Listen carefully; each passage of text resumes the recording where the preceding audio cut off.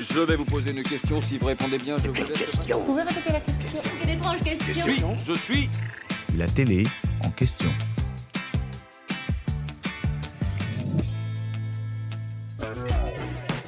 Un mois de compétition du 14 juin au 14 juillet, 24 équipes engagées, 51 rencontres, l'Euro de football 2024 est bel et bien lancé.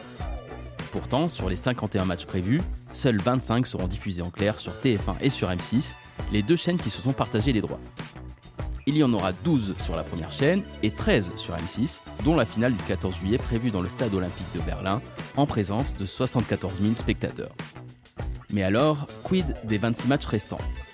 Pourquoi 100% des matchs de l'Euro 2024 ne sont-ils pas visibles gratuitement en France ?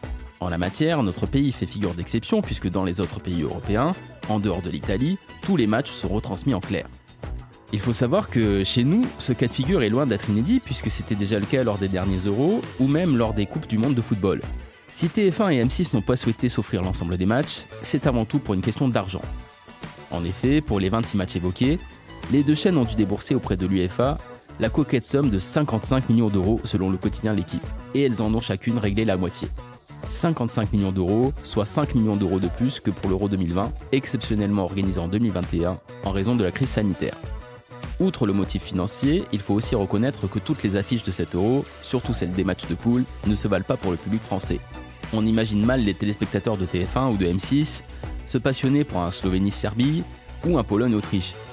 Le suspense pour savoir si Amazon Prime, DAZN ou beIN Sport allaient se positionner pour décrocher l'intégralité des 51 matchs de cet Euro 2024 a été interminable.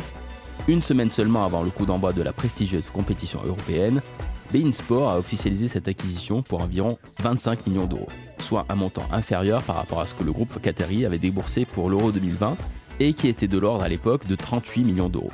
Bref, c'est une belle négo pour le diffuseur. Mais que les fans se rassurent, le même scénario ne se répétera pas pour l'Euro 2028, puisque beIN Sport a fait d'une pierre deux coups en s'offrant l'intégralité de cette compétition.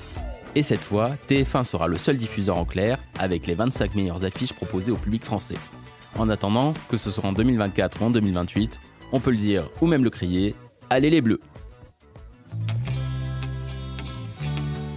J'espère que cet épisode vous a plu.